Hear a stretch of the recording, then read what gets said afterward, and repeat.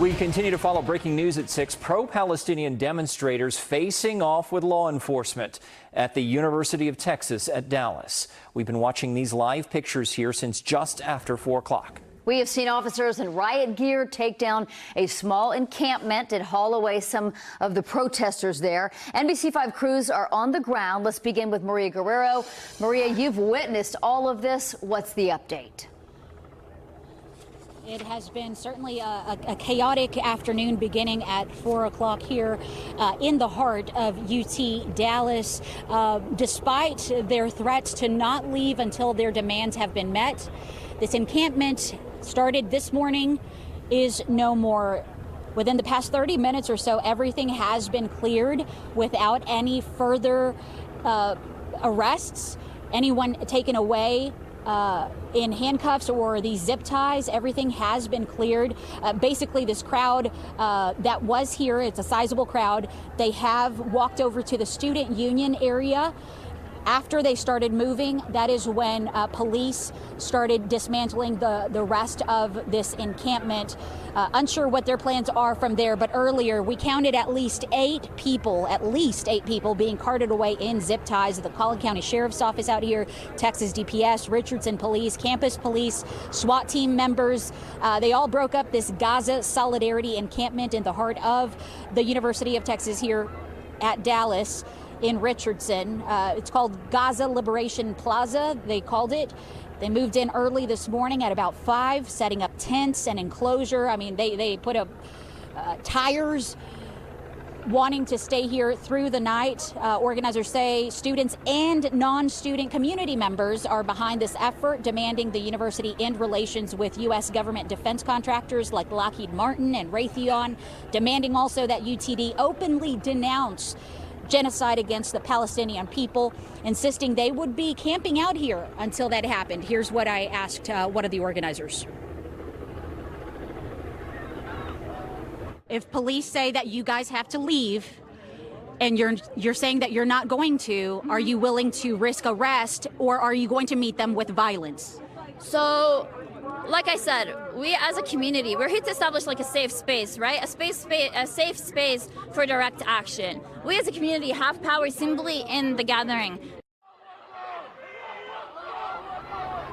Okay, so that was earlier this morning when we were out here speaking to that organizer. And as you can see from this video, she was among those detained, taken away after this relatively peaceful demonstration. And although, again, she said she was not going anywhere, she said that she was not going to basically bow down to threats from the university or police. But she is on her way, if not already potentially in jail. It's unclear really where these people who have been detained this afternoon are going to be heading. We are in Collin County, so presumably it would be Collin County sheriffs, or the jail, of course, for our county here.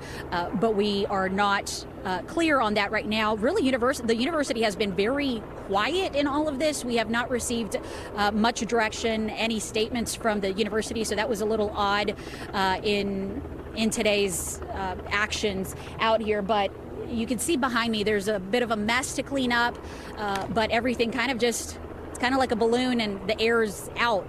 It just ended. Hey, basically. Maria, really fast before... We're going to send it back to you. Before we let you go, Maria, that woman you spoke to who's the organizer, did you get... Is she a student? Did you ask that? A student at UTD? She said she is a... Yeah, sorry, Meredith. Sorry.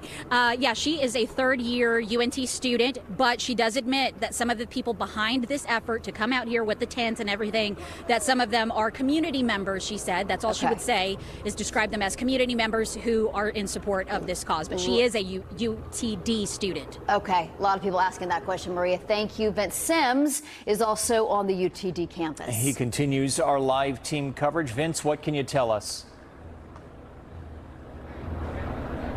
All right, it's all about the cleanup right now. As she said earlier, the students have now moved to another area. They decided to march once the police were about to tear down their last barricade. And as you can see right now, they're just trying to salvage what they can from where police came in and broke down the encampment and everything. So all they're trying to do is cleaning up now at this point is what they're doing from this point. But I did have a chance to talk with some of the people that were here, were just bystanders that wanted to see when watching what was taking place. And I talked with one bystander and also talked with a professor with the university who said he wasn't speaking on behalf of the university by any means, just for himself. This is what they had to say.